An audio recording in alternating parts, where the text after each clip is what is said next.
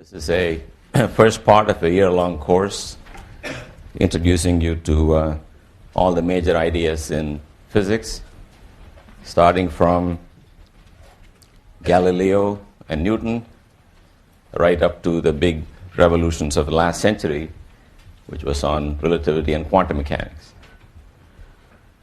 The target audience for this course is really very broad. In fact, I've always been surprised at how broad the representation is. So I don't know what your major is.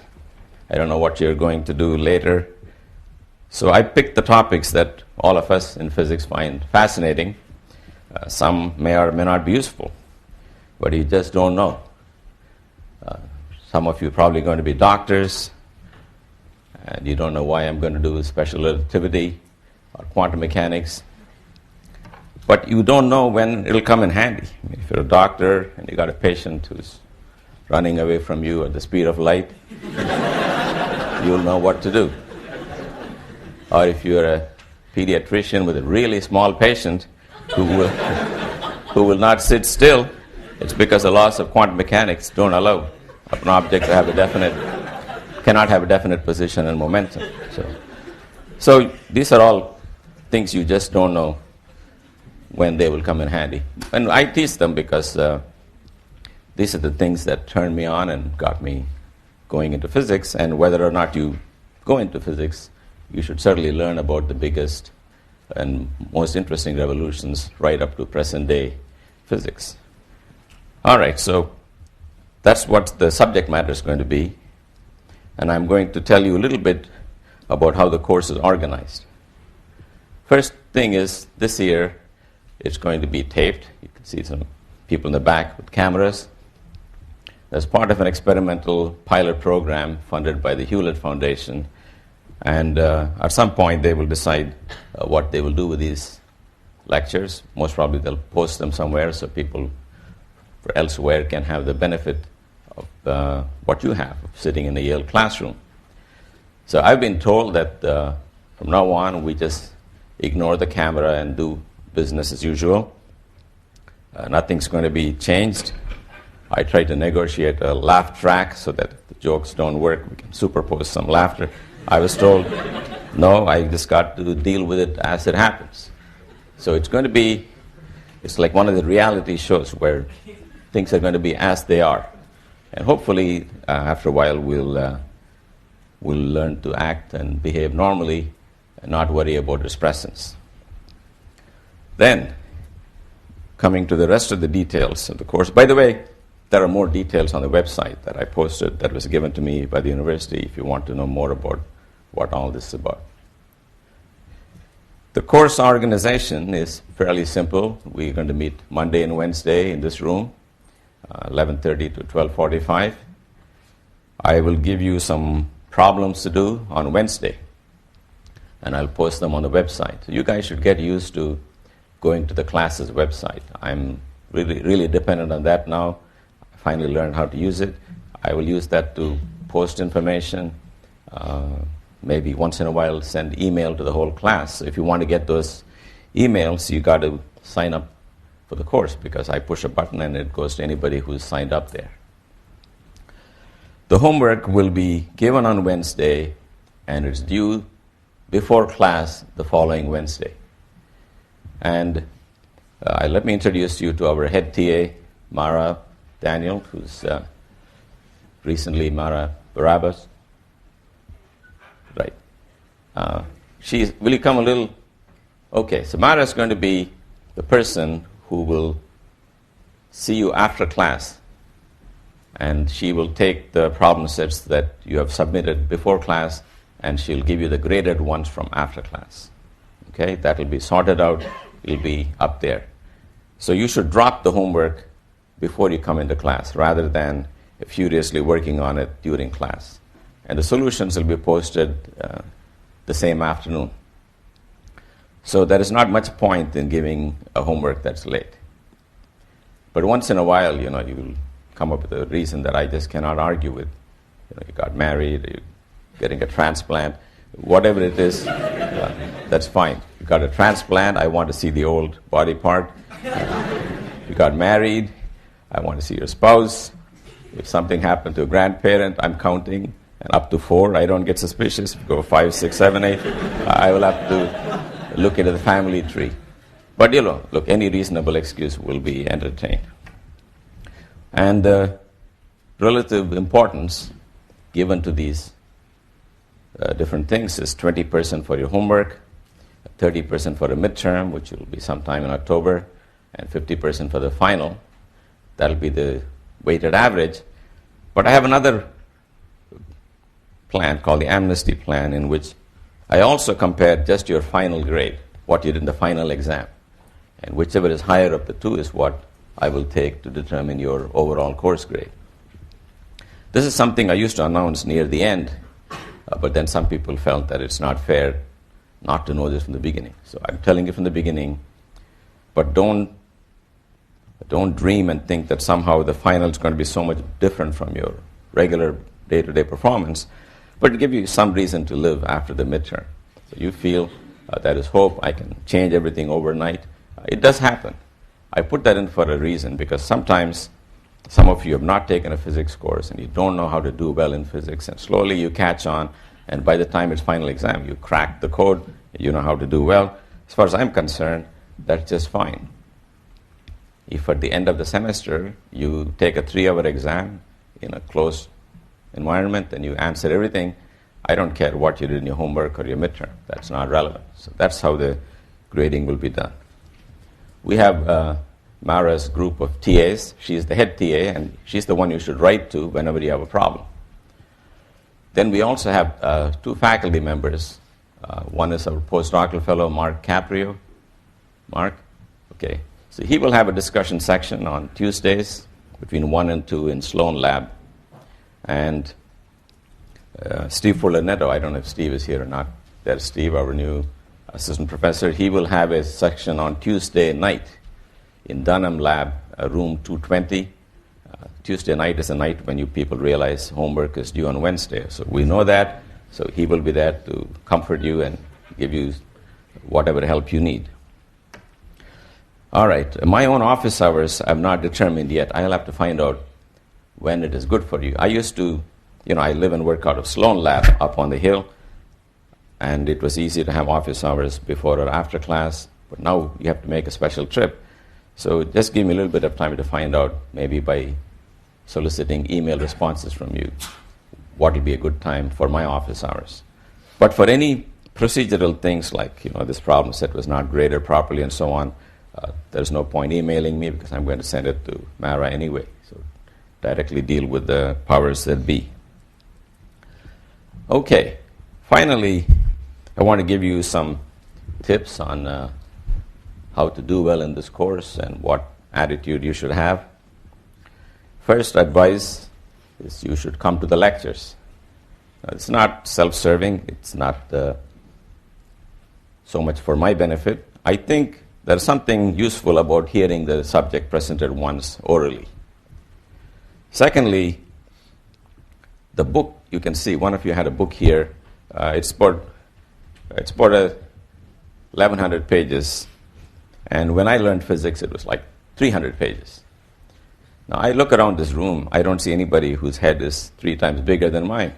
So I know that you cannot digest everything the books have. So I have to take out what I think is a really essential part and cover that in the lecture. So you come to class to find out what's in and what's not in. If you don't do that, there's a danger you will learn something you don't have to, and we don't want that. Okay, so that's why you come to class. Second thing, most important thing for doing well in physics is to do the homework.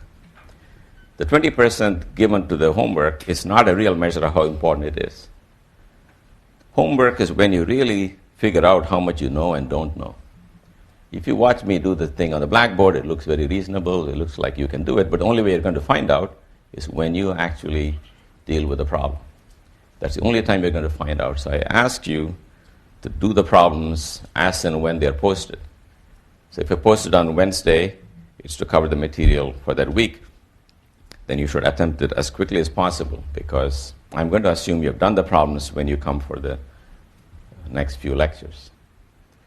And in doing the homework, it is perfectly okay to work in groups. You don't have to do it by yourself. That's not how physics is done. I'm now writing a paper with 2 other people that are my experimental colleagues who write papers with 400 other people, maybe even 1,000 other people. When they do the big collider experiments in Geneva and Fermilab, collaborations can run into hundreds. So it's perfectly okay to be a part of a collaboration. But you got to make sure that you're pulling your weight. You got to make sure that if you explain to others how to do this problem, then somebody else contributed something else, but you know what everybody contributed in the end. So the game is not just to somehow or other get the solution to the problem set, but to fully understand how it's done. And the TAs will be there to help you. Every day there's going to be a TA in the undergraduate lounge. I would urge you to use that. That's a beautiful new lounge that the provost's office allowed us to build for physicists and chemists, whoever happens to be in the building. If you go there on the 3rd floor of Sloan, you may run into other people like you who are trying to work on problems. You may run into upper class students. Students are more advanced. You will run into your TA. So that's a good climate. There are coffee machines, and there are lounge sofas and everything else. There are computers. There are printers. So it's a good lounge. And I think if you go there 1 day a week to do your problem sets or more often, that's a good meeting place. I recommend that. The final piece of advice, this is very important, so please pay attention to this, which is I ask you not to talk to your neighbors during lecture. Now, this looks like a very innocuous thing, but you will find out it's the only thing that really gets my back up. Most of the time, I don't really care. I'm very liberal. But this disturbs me because I'm looking at you. I'm trying to see from your reaction how much of my lecture you're following. And then it's very distracting when people are talking. So please don't do that. If you talk, I'm going to assume you're talking about me. If you laugh, I'm going to assume you're laughing at me. Let's make that's not really what I think, but that's how disturbing it is when people talk. And very nice students who do not realize this often disrupt my line of thinking. So I ask you to keep that to a minimum. Once in a while, you'll have to talk to your neighbor and say, can you please pass me my pacemaker that fell down? That's fine. Then you go back to your business, but don't do too much of that. Finally, there is this ancient issue about sleeping in the class. Now, my view is it's just fine. Okay, I know you guys need the rest, and interestingly, the best sleepers are in the first couple of rows. I haven't met you guys. It's not personal. I have found some people really have to come to the first or second row because they claim that if they don't hear me, they cannot really go to sleep. Now, that was true in Sloan, but I think Luce has got very good at acoustics, so you can stretch out in the back. But my only criterion is if you talk in your sleep. No, that's not allowed because talking is not allowed. Next, if you're going to sleep, I ask you to sit between 2 non-sleepers, because sometimes what happens, the whole row will topple over. So we don't want the domino effect. Now it's going to be captured on tape, and that's going to be really bad for my reputation. So spread yourself around other people. All right, so that's it in terms of class, logistics and everything. I'm going to start going into the physics proper. I will try to finish every lecture on time, but sometimes if I'm in the middle of a sentence or in the middle of a derivation, I may have to go over by a couple of minutes. There's no need to shuffle your feet and move stuff around. I know what time it is. I also want to get out like you guys, but let me finish something. Other days I may finish a few minutes before time. That's because the ideas of physics don't fall into 75-minute segments, and sometimes they spill over a little bit. Also, I'm used to teaching this course 3 times a week, and now it's suddenly twice a week. And so things that fell into nice 50-minute units are now being snipped up different ways, so it's pretty difficult. So even for me, some of it will be new, and the timing may not be just right. Okay, anybody have any? I should tell you, first of all, that in this class, the taping is not going to affect you because the camera is going to be behind your head. I mentioned to you in the website that this is not the big opportunity you've been looking for to be a star. Only the back of your head will be seen. Now, in some cases, the back of the head could be more expressive than the front, in which case this is your opportunity, and I wish you luck. But otherwise, just don't worry about it because you will be only heard. You may not even be heard. So I've been asked that if a question is not very clear, I should repeat it so that people listening to this later will know what the question was. But I would ask you, let me make one thing very clear. That is, I'm not in favor of you talking to each other because it's distracting. Your stopping me anytime is just fine.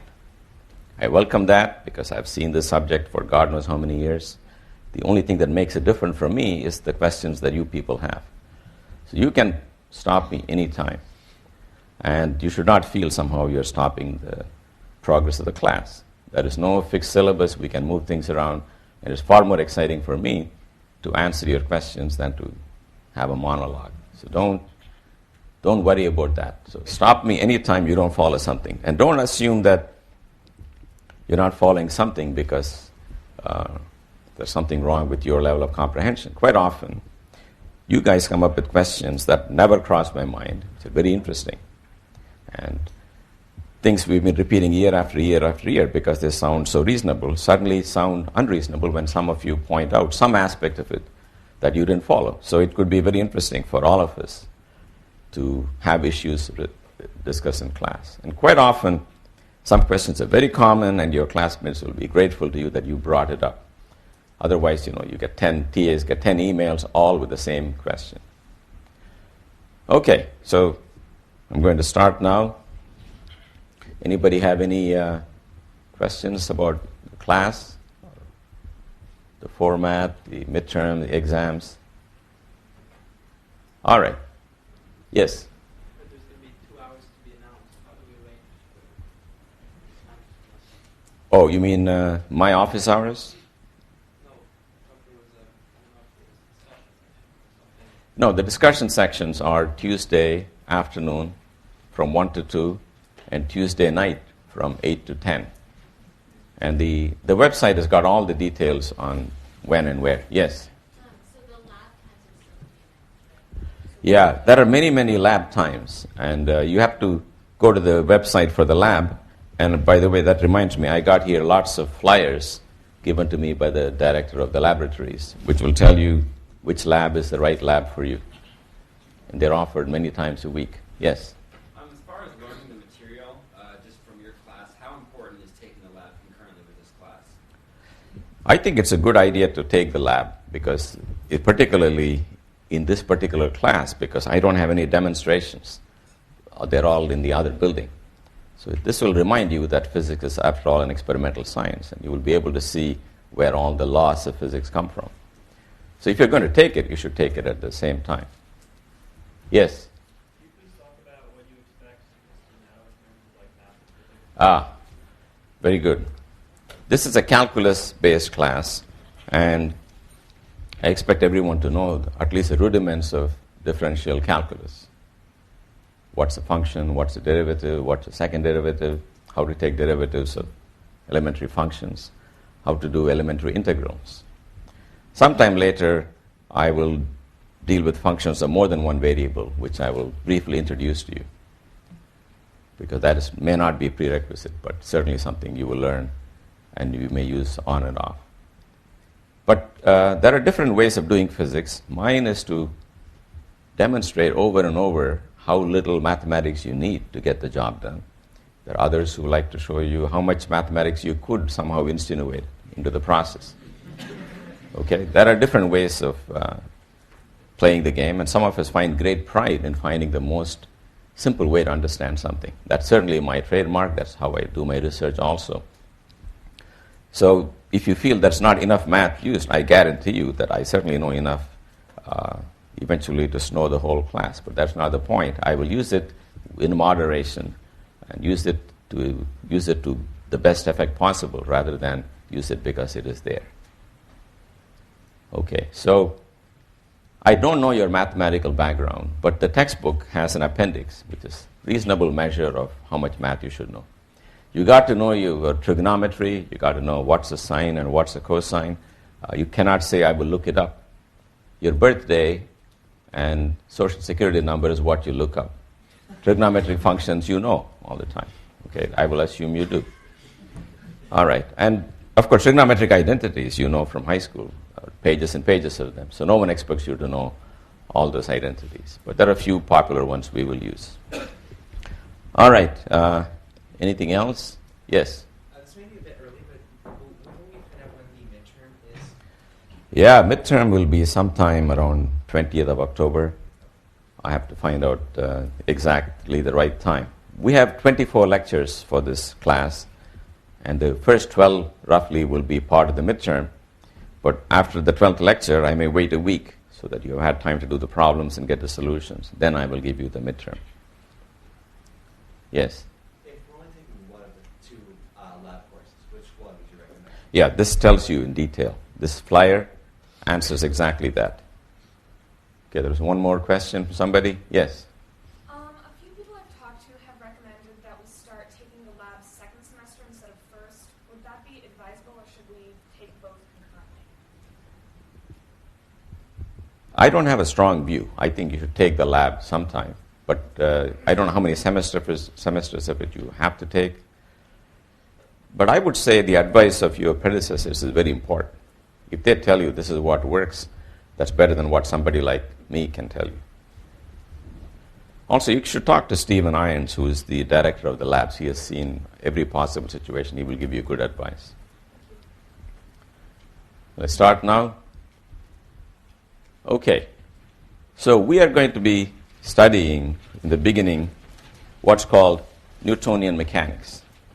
It's pretty remarkable that the whole edifice was set up by just one person, Newton, and he set us on the road to understanding all the natural phenomena till the year 1800 and something, when Maxwell invented the laws of electromagnetism and wrote down the famous Maxwell equation.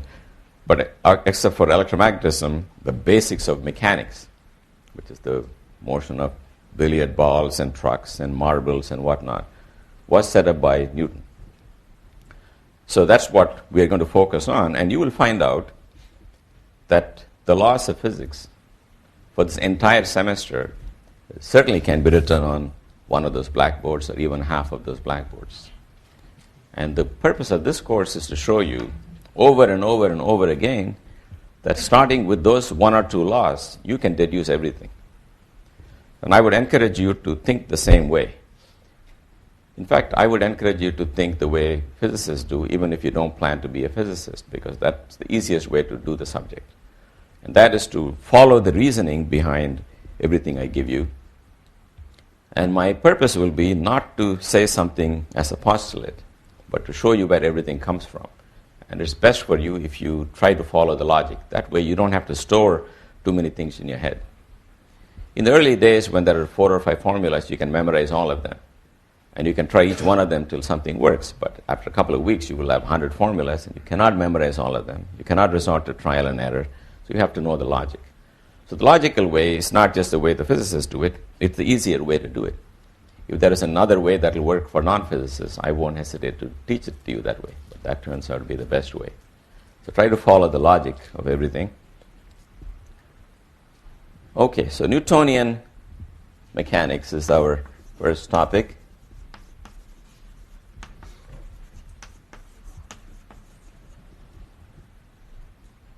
So Newtonian mechanics has 2 parts. Or all of physics consists of is a 2-part program. The plan every time is to predict the future given the present. That's what we always do. When we do that right, we are satisfied. So the question is, what do you mean by predict the future? What do you mean by the future? What do you mean by the present? By present, we mean we will pick some part of the universe we want to study, and we will ask, what information do I need to know about that system at the initial time, like right now, in order to be able to predict the future? So, for example, if you were trying to study the motion of some object, okay, here is one example here. See, that's an example of Newtonian mechanics. I'll give you one more demonstration. Let's see who can catch this one. That's a good example. So that was Newtonian mechanics at work, because what did I do? So I released a piece of candy, threw it from my hand, and the initial conditions had to do with where did I release it and with what velocity. That's what he sees with his eyes. Then, that's all you really need to know. Then he knows it's going to go up, it's going to curve, follow some kind of parabola. Then his hands go there to receive it. That is verification of a prediction. His prediction was the candy is going to land here, and he put his hand there. He also knew where the candy was going to land, but he couldn't get his hand there in time. But we can always make predictions. But this is a good example of what you need to know. What is it he had to know about this object that was thrown? I claim is the initial location of the object and the initial velocity. The fact that it was blue or red is not relevant. And if I threw a gorilla at him, it doesn't matter what the color of the gorilla is, what mood it is in.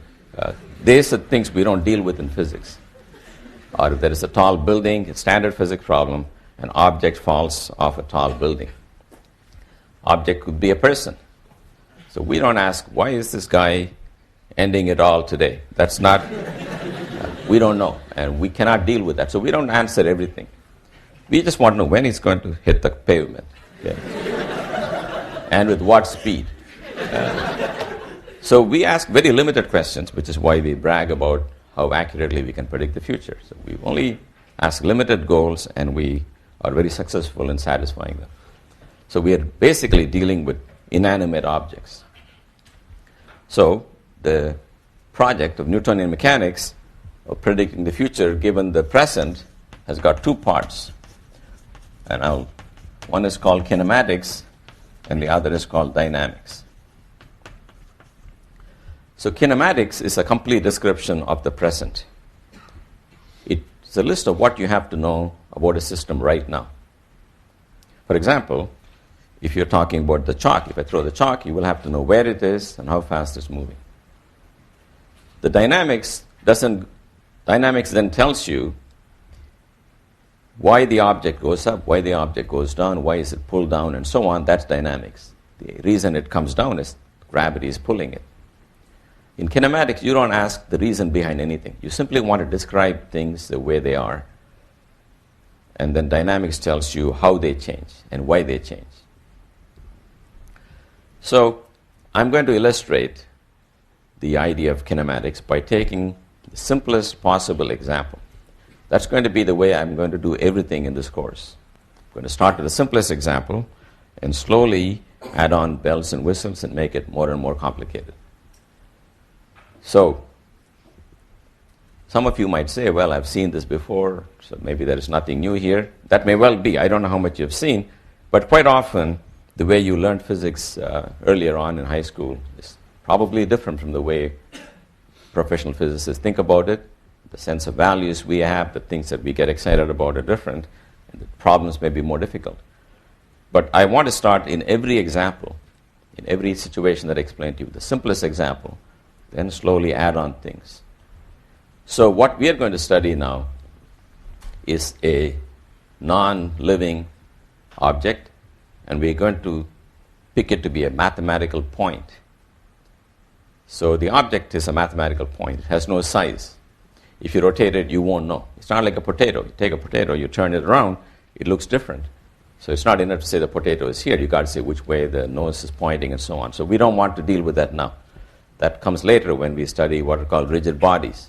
Right now, we want to study an entity which has no spatial extent. So it's just a dot. And the dot can move around all over space. So we're going to simplify that too. We're going to take an entity that lives along the x-axis. It moves along a line. So you can imagine a bead with a wire going through it, and the bead can only slide back and forth. So this is about the simplest thing. I cannot reduce the number of dimensions. 1 is the lowest dimension. I cannot make the object simpler than being just a mathematical point. So then you got to say, what do I have to know about this object at the initial time? What constitutes the present? Or what constitutes maximal information about the present? So what we do is we pick an origin, we call it 0. We put some markers there to measure distance. And we say this guy is sitting at 1, 2, 3, 4, 5. This is sitting at x equal to 5. Now, of course, we got to have units, and the units for length are going to be meters. The units for time will be second. And time will be measured in seconds. Then we'll come to other units. Right now, in kinematics, this is all you need. Now, there are some tricky problems in the book. Sometimes they give you the speed in miles per hour, kilometers per year, poundals per square foot, whatever it is. You got to learn to transform them. That I won't do that. I think that's pretty elementary stuff. But sometimes I may not write the units, but I've earned the right to do that, and you guys haven't. So you still have to keep track of your units. Everything's got to be in the right units. If you don't have the units, then if you say the answer is 19, then we don't know what it means. Okay, so here's an object. At a given instant, it's got a location. So what we would like to do is to describe what the object does by drawing a graph of time versus space, and the graph could be something like this. You got to learn how to read this graph. I'm assuming everyone knows how to read it. This doesn't mean the object is bobbing up and down. I hope you realize that. Even though the graph is going up and down, the object is moving from left to right. So, for example, when it does this, it's crossed the origin and is going to the left of the origin. Now it's to the left of the origin, it turns around and starts coming to the origin and going to the right. Okay, that is x versus t. So in the language of calculus, x is a function of time, and this is a particular function. This function doesn't have a name. There are other functions which have a name. For example, this is x equals t, x equal to t squared. You can have x equal to sine t and cosine t and log t. So some functions have a name, some functions don't have a name. What a particle tries to do generally is some crazy thing which doesn't have a name. But it's a function x of t. So you should know when you look at a graph like this what it's doing. So the two most elementary ideas you learn are what is the average velocity of an object. That's denoted by the symbol v bar. So the average is found by taking two instants in time, say t1 and later t2. And you find out where it was at t2 minus where it was at t1 and divide by the time. So the average velocity may not tell you the whole story. For example, if you started here and you did all this and you came back here, the average velocity will be 0 because you start and end at the same value of x. You get something 0 divided by time will still be 0. So you cannot tell from the average everything that happened because another way to get the same 0 is to just not move at all. So the average is what it is. It's an average. It does not give you enough detail. So it's useful to have the average velocity. It's useful to have the average acceleration, which you can find by taking similar differences of velocities. But before you even do that, I want to define for you an important concept, which is the velocity at a given time. So this is the central idea of calculus, right? I'm hoping that if you learned your calculus, you learned about derivatives and so on by looking at x versus t. So I will remind you, again, this is not a course in calculus. I don't have to do it in any detail. I will draw the famous picture of some particle moving, and it's here at time t, at some value of x. A little later, which is time t plus delta t. So delta t is going to stand always for a small, finite interval of time, infinitesimal interval of time, not yet 0. So during that time, the particle's gone from here to there. That is x plus delta x. And the average velocity in that interval is delta x divided by delta t. Graphically, this guy is delta x, and this guy is delta t, and delta x over delta t is a ratio. So in calculus, what you want to do is to get the notion of the velocity right now. We all have an intuitive notion of velocity right now. When you're driving in your car, That's the needle, and the needle says 60. That's the velocity at this instant. It's very interesting because velocity seems to require two different times to define it, the initial time and the final time.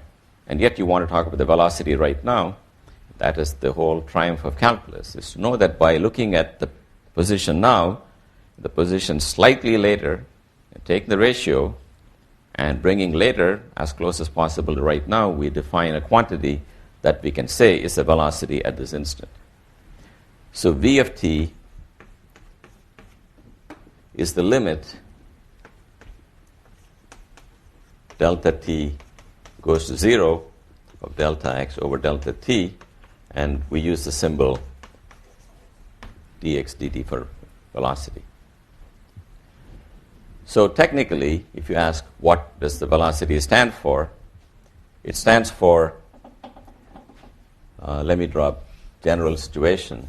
If a particle goes from here to here, delta x over delta t, I don't know how well you can see it in this figure here, is the slope of a straight line connecting these 2 points. And as the points come closer and closer, straight line will become tangent to the curve. The velocity at any part of the curve is a tangent to the curve at that point. It's tangent of that theta. This angle is theta, then delta x and over delta t by trigonometry is tan theta. Okay, once you can take one derivative, you can take any number of derivatives, and the derivative of the velocity is called the acceleration, and we write it as the second derivative of position. So I'm hoping you guys are comfortable with the notion of taking one or two or any number of derivatives. Interestingly, the first two derivatives have a name. First one is velocity, second one is acceleration. The third derivative, unfortunately, was never given a name. And I don't know why. I think the main reason is that there are no equations that involve the third derivative explicitly. F equals ma, the a is this fellow here, and nothing else is given an independent name. Of course, you can take a function and take derivatives any number of times. So you are supposed to know, for example, if x of t is t to the n, you are supposed to know dx dt is n to the t to the n minus 1. Then you're supposed to know derivatives of simple functions like sines and cosines. So if you don't know that, then, of course, you have to work harder than other people. If you know that, that may be enough for quite some time. Okay, so what I've said so far is a particle moving in time from point to point can be represented by a graph, x versus t. At any point on the graph, you can take the derivative, which will be tangent to the curve at each point, and its numerical value will be what you can call the instantaneous velocity at that point, and you can take the derivative of the derivative and call it the acceleration. So we are going to specialize to a very limited class of problems in the rest of this class. The limited class of problems is one in which the acceleration is just a constant.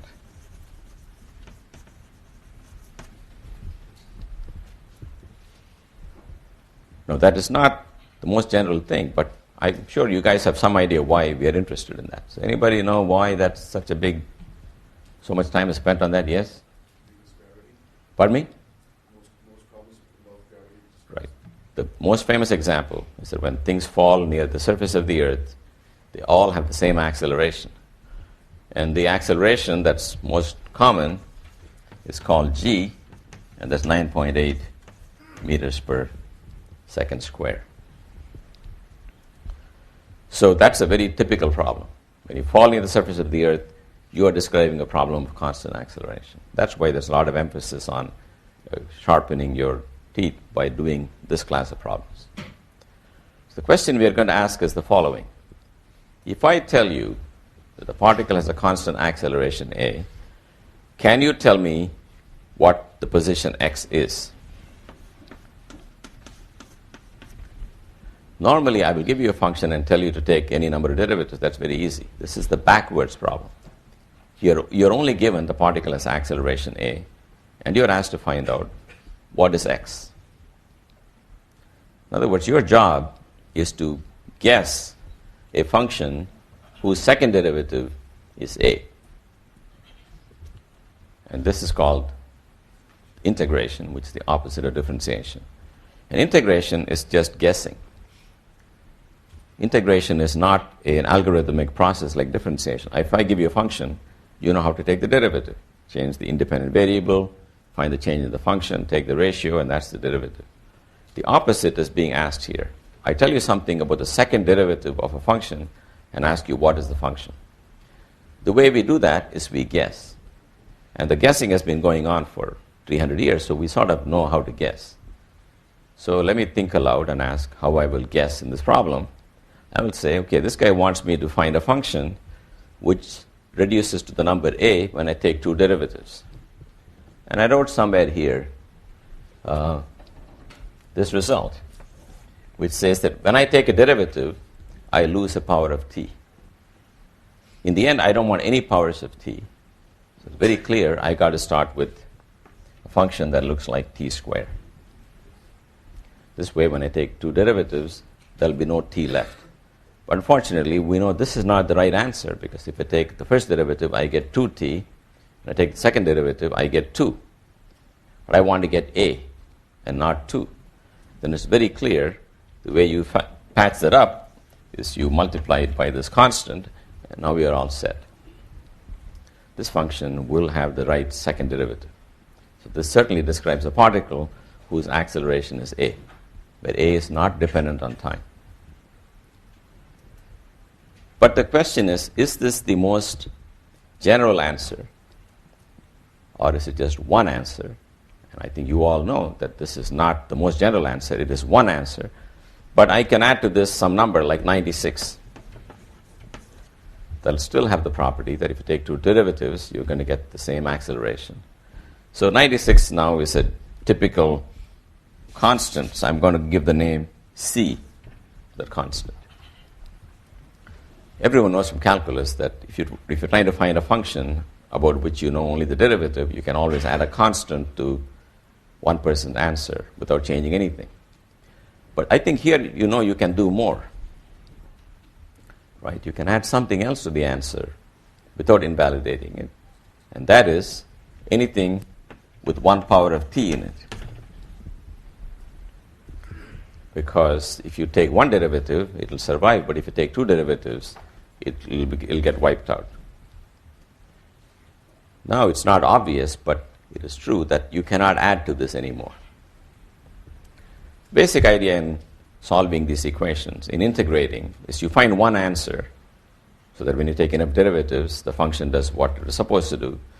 But then, having found one answer, you can add to it anything that gets killed by the act of taking derivatives. If you're taking only one derivative, you can add a constant. If you're taking two derivatives, you can add a constant and something linear in t.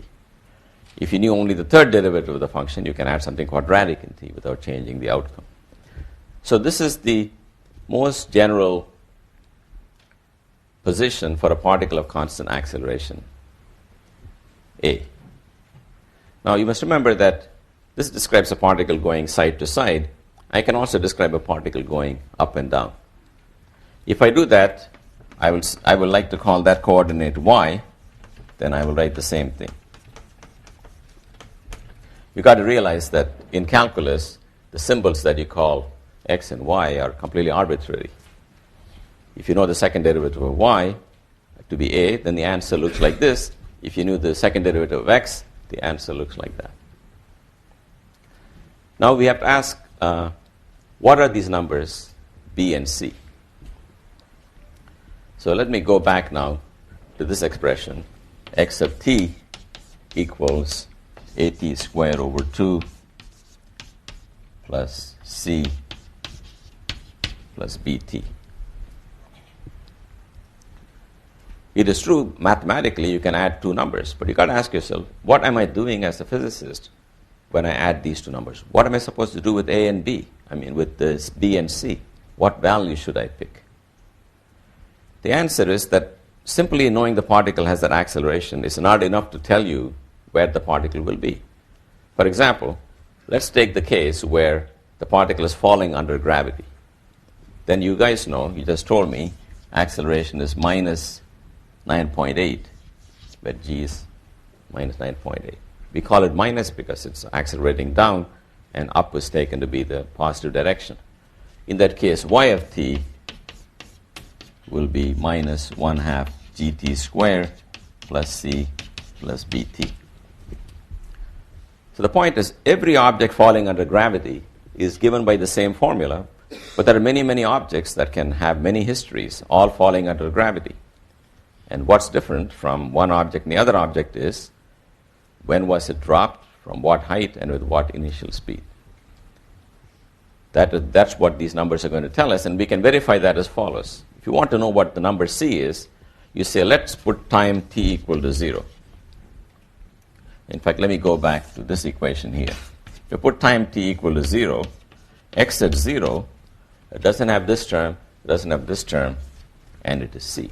So I realize that the constant c is the initial location of the object. And it's very common to denote that by x naught. So the meaning of the constant is, where was the object at the initial time? It could have been anywhere.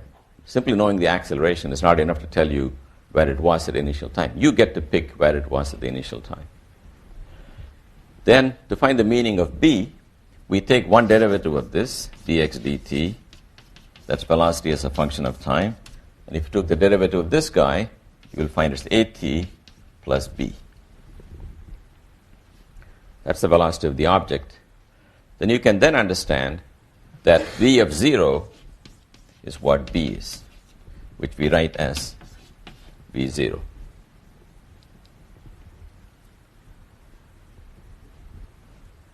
Okay, so the final answer is that x of t looks like x naught plus v naught t plus 1/2 at squared.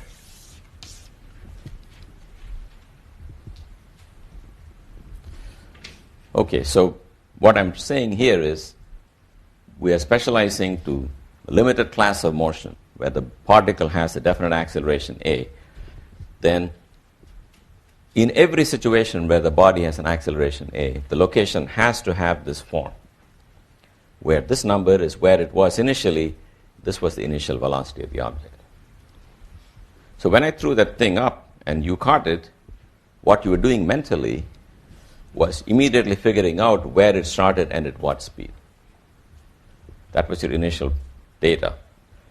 Then, in your mind, without realizing it, you found the trajectory at all future times. Now, there is one other celebrated formula that goes with this. I'm going to find that. Then I'll give you an example. Now, I'm fully aware that this is not the flashiest example in physics, but I'm not worried about that right now. You'll see enough things that will confound you. But right now, I want to demonstrate a simple paradigm of what it means to know the present and what it means to say this is what the future behavior will be. And we want to do that in the simplest context. Then we can make the example more and more complicated, but the phenomenon will be the same. So what we have found out so far, I'm purposely going from x to y because I want you to know that the unknown variable can be called an x or can be called a y. It doesn't matter. As long as the second derivative is a, that's the answer. Now, there's the second formula one derives from this. You guys probably know that too from your days at the daycare. But I want to derive that formula and put it up. Then we'll see how to use them. Second formula tries to relate the final velocity at some time t to the initial velocity and the distance traveled with no reference to time. So the trick is to eliminate time from this equation. So let's see how we can eliminate time. You know that if you took a derivative of this, you will find v of t is v0 plus at. What that means is, if you know the velocity at a given time and you know the initial velocity, you know what time it is. The time, in fact, is v minus v0 over a. If I don't show you any arguments for v, it means v at time t. And the subscript 0 means v of 0. So what this says is, you can measure time by having your own clock. The clock tells you what time it is. But you can also say what time it is by seeing how fast the particle is moving. Because you know it started with some speed. It's gaining speed at some rate a. So if the speed was so and so now, then the time had to be this. So time can be indirectly inferred from these quantities. Then you take that formula here and you put it here. Wherever you see a time t, you put this expression. So what will you get? You'll get an expression in which there is no t. T has been banished in favor of this. So I'm not going to waste your time by asking what happens if you put it in. I will just tell you what happens. What happens is you will find that v square is equal to v0 square plus 2a times x minus x0. How many people have seen this thing before? Okay, that's a lot. Look, I know you've seen this. At the moment, I have to go through some of the more standard material before we go to the more non-standard material. If this part's very easy for you, there's not much I can do right now. So let me draw a box, because drawing a box to you guys means important. So these are the two important things. I claim now, remember, I want you to understand one thing. How much of this should you memorize? Suppose you've never seen this in high school. How much are you supposed to memorize? I would say keep that to a minimum. Because what the first formula tells you should be so intuitive that you don't have to cram this. We're talking about particles of constant acceleration. That means when I take two derivatives, I want to get a. Then you should know enough calculus to know it has to be something like at squared. And the half comes from taking two derivatives. The other two you know are stuff you can add. And you know why you're adding those things. Because the particle has a head start. It's got an initial position, even at t equal to 0. And it has an initial velocity. So even without any acceleration, it will be moving from y0 to y0 plus vt. The acceleration gives you an extra stuff, quadratic in time. Once you got that, one derivative will give you the velocity. Then in a crunch, you can eliminate t and put it into this formula. But most people end up memorizing these two because you use it so many times. Eventually it sticks in you, but you shouldn't try to memorize everything. So we are now going to do one standard problem where we will convince ourselves we can apply these formulas and predict the future given the present. So the problem I want to do, there are many things you could do, but I just picked one. This is the one with the round numbers, so I can do it without a calculator. So here's the problem. There is this building, and it's going to be 15 meters high. And I'm going to throw something, and it's going to go up and come down. The something I throw up has an initial speed of 10 meters per second.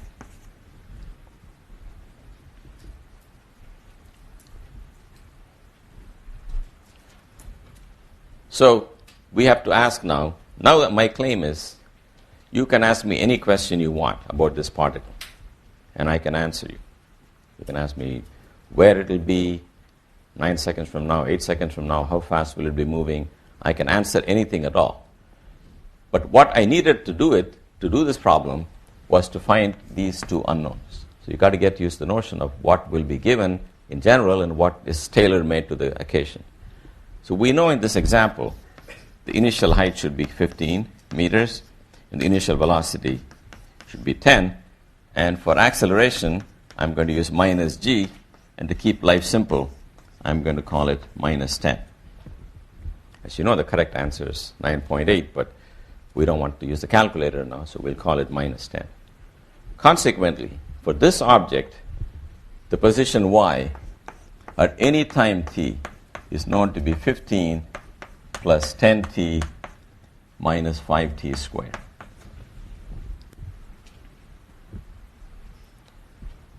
That is the full story of this object. Of course, you've got to be a little careful when you use it. For example, let's put t equal to 10,000 years. What are you going to get? If you put t equal to 10,000 years or 10,000 seconds, you're going to find y is some huge negative number. Now, is that right, or what's wrong with that reasoning? So you cannot use a formula once it hits the ground, because once it hits the ground, the fundamental premise that a was a constant of minus 9.8 or minus 10 is wrong. So that's another thing to remember. Once you get a formula, you've got to always remember the terms under which the formula was derived. If you blindly use it beyond the validity, you will get results which don't make any sense. Conversely, if you get an answer and it doesn't seem to make sense, then you've got to go back and ask, am I violating some of the assumptions? And here you will find the assumption that the particle had that acceleration is true as long as it's freely falling under gravity, but not when you hit the ground. Now, if you dug a hole here till there, then of course it may work till that happens. Okay, but you got to know every time when you. This is so obvious in this problem, but when you see more complicated formula, you may not know all the assumptions that went into the derivation, and quite often you will be using it when you shouldn't. All right, see, this, you agree, is a complete solution to this miniature, tiny Mickey Mouse problem. You give me the time, and I'll tell you where it is. If you want to know how fast it's moving at a given time, if you want to know the velocity, I just take the derivative of this answer, which is 10 minus 10t. So let me pick a couple of trivial questions one can ask. One can ask the following question. How high does it go? How high will it rise? To what height will it rise? So we know it's going to go up and turn around and come down. We're trying to see how high that is.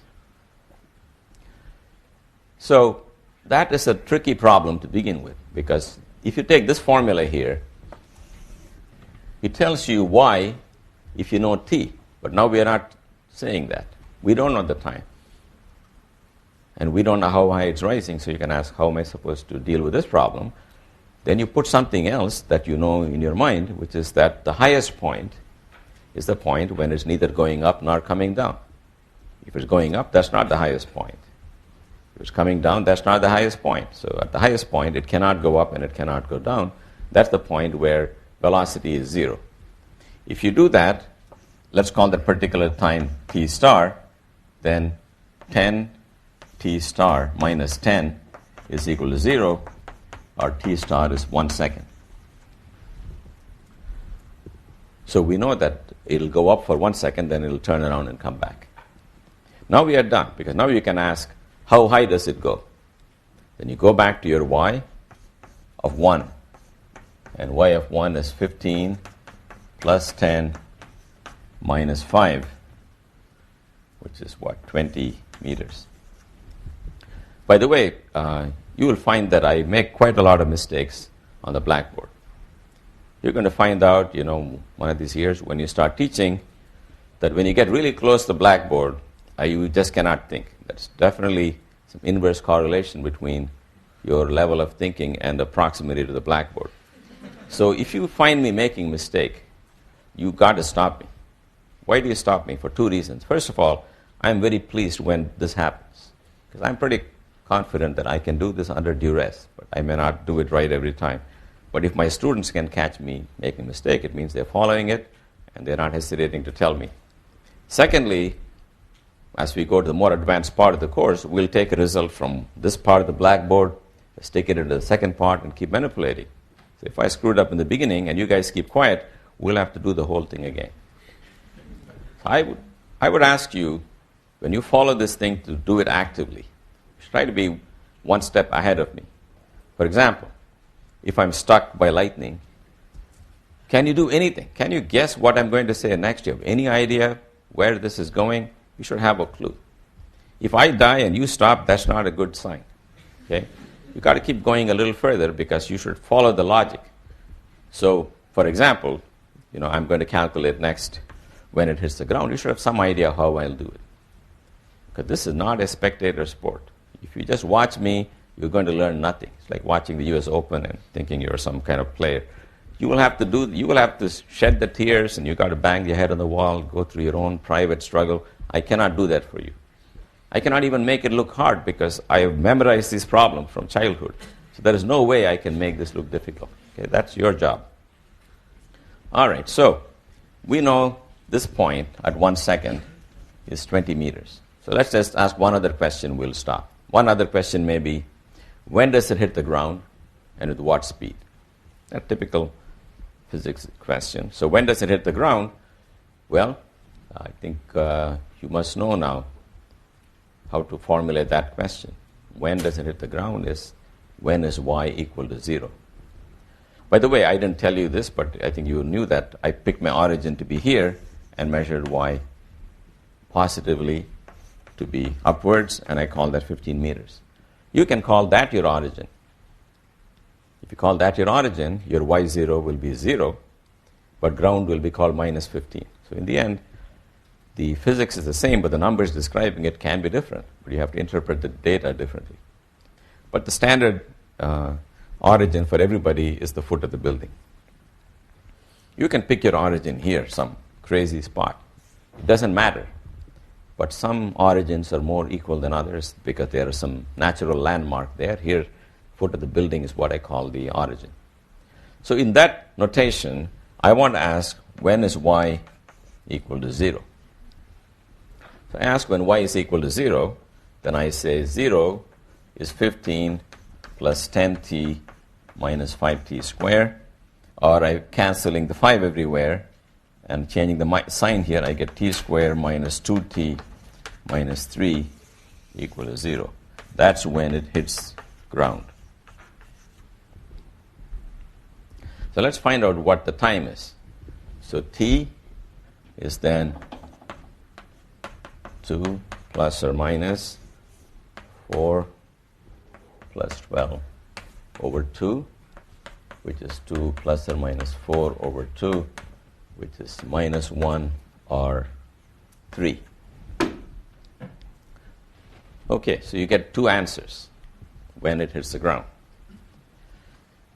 So it's clear that we should pick 3. But you can ask, why is it giving me a second solution? Anybody have an idea why it's, yes? Because if there was an entire parabola that started from y equals 0, it would have been negative 1 second. That's correct. So her answer was, if it was a full parabola, then we know it would have been at the ground before I set my clock to 0. So first of all, negative time should not bother anybody. T equals 0 is when I set the clock, I measure time forward, but yesterday would be t equal to minus 1 day, right? So we don't have any trouble with negative times. So the point is, this equation does not know about the building. Doesn't know the whole song and dance that you went to a building and you threw up a rock. It knows nothing. What does the mathematics know? It knows that this particle happened to have a height of 15 at time 0 and a velocity of 10 at time 0, and it is falling under gravity with an acceleration of minus 10. That's all it knows. If that's all it knows, then in that scenario, if there is no building or anything else, it continues a trajectory both forward in time and backward in time. And it says that whatever seconds, 1 second before you set your clock to 0, it would have been in the ground. What it means is, if you release the rock at that location 1 second before with a certain speed that we can calculate, it would have ended up here with precisely the position and velocity it had at the beginning of our experiment.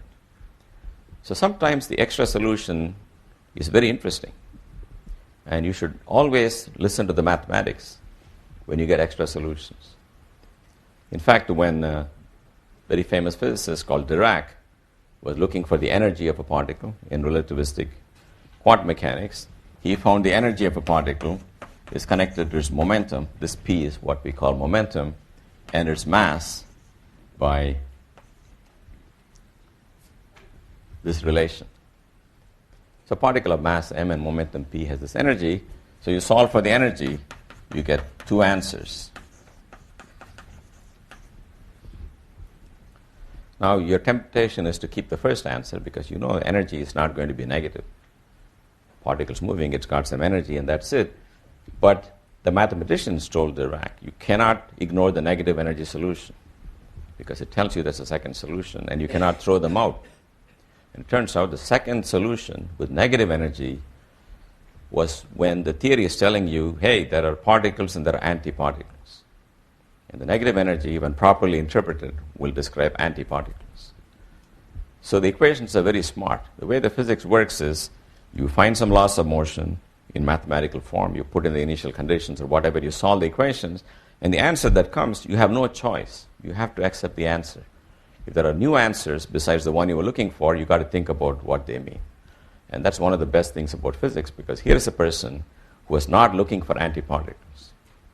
He was trying to describe electrons, but the theory said there are two roots in the quadratic equation, and the second root is mathematically as interesting as the first one. It has to be part of the theory, and in trying to adjust it so it can be incorporated, you discovered antiparticles. So always amazing to us how we go into the problem, our eye or mind can see one class of solutions, but the math will tell you sometimes there are new solutions. And you got to respect it and understand and interpret the unwanted solutions.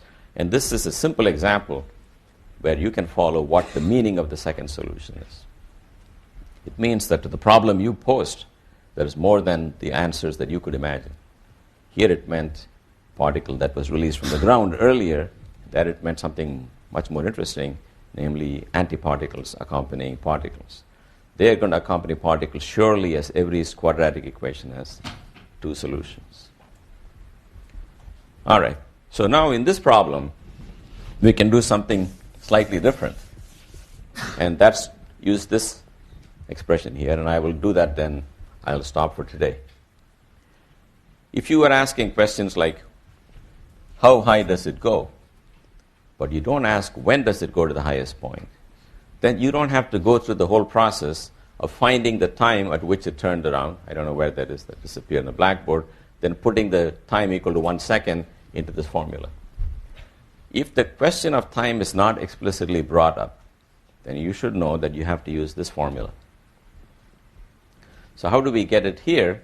Well, we say at the top of the loop, when it goes up and comes down, the velocity is 0.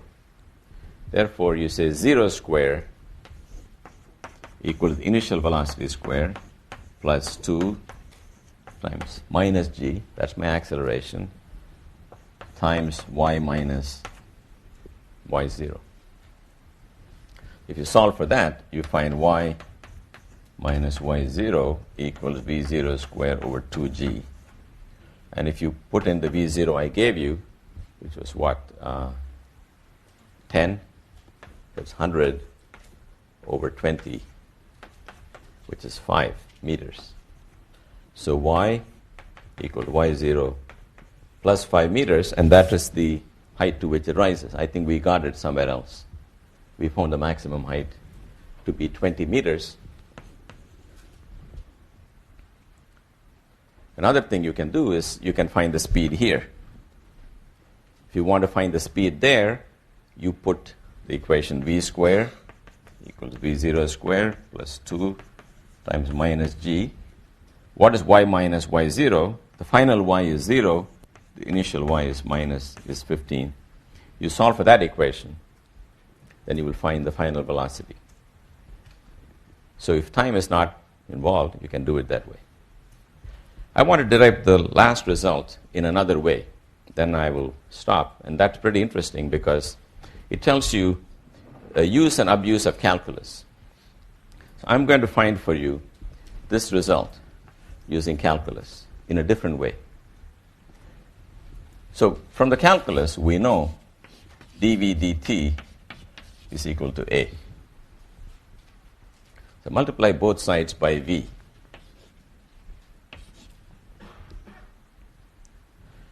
Now, you have to know from elementary calculus that v times dv dt is really d by dt of v squared over 2. Now, I hope you guys know that much calculus, that when you take a derivative of a function, namely v squared over 2 is a function of v, and v itself is a function of t, then the rule for taking the derivative is first take the v derivative of this object, then take the d by dt of v, which is this one. On the right-hand side, I'm going to write as a dx dt. This much is standard. But now here is what I'm going to do something which somehow we are told never ever to do, which is to just cancel the dt's.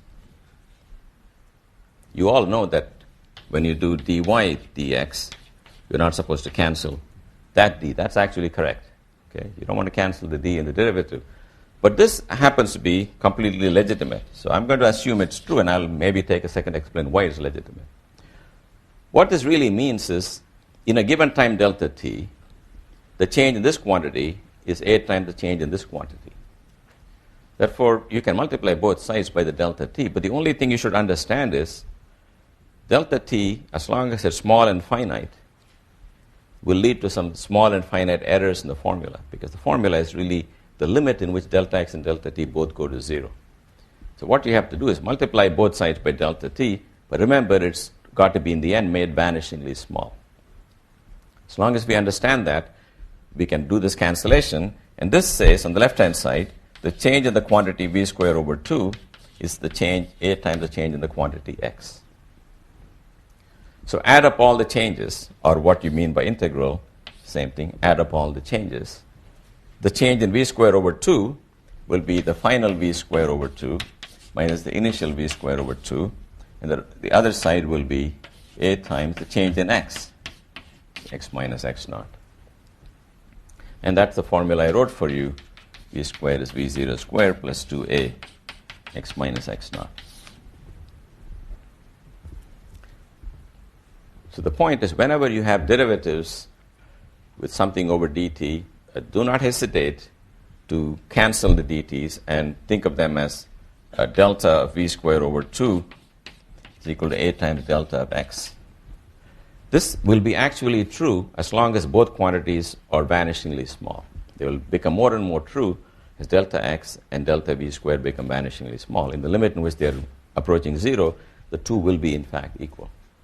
If delta x is a finite amount, like 1 second, this will not be true, because in the starting equation, delta x and delta t and delta v squared were all assumed to be infinitesimal. So don't hesitate to do manipulations of this type, and I will do them quite often. So you've got to understand when it's okay and when it's not okay.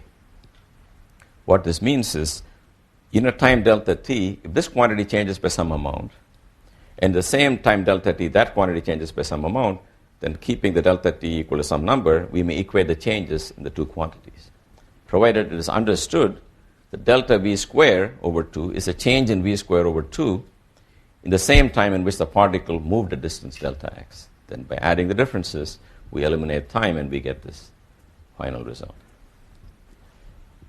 All right, so if you go to your website today, you will find I have assigned some problems, and you should try to do them. They apply to this chapter. Then next week, we'll do more complicated problems that involve motion in higher dimension, how to go to 2 dimensions or 3 dimensions.